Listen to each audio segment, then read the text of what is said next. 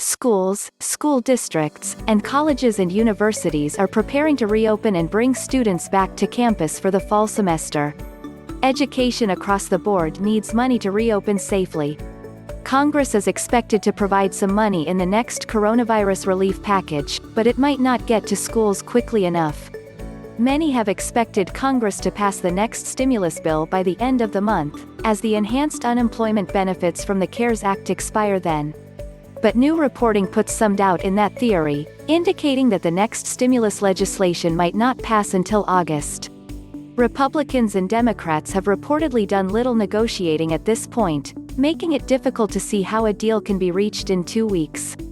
The House of Representatives is set to leave for recess on July 31st, but according to reports, members have been told to plan to stick around, hinting that it might take longer to reach a deal. The Senate is scheduled to leave for recess the following week on August 7th. While that might not seem like enough time to make much of a difference, it could for schools. August is back to school season. The first day of school for many is right around the corner, as is move-in day for many colleges. Schools and institutions of higher education are purchasing necessary personal protection equipment (PPE), sanitization supplies, and more, as they prepare to reopen and return this fall. And that is leaving many with large bills they might not be able to cover. Even if schools and colleges can cover the expenses right now, the inaction and delay from federal policymakers inhibits their ability to properly plan for the semester.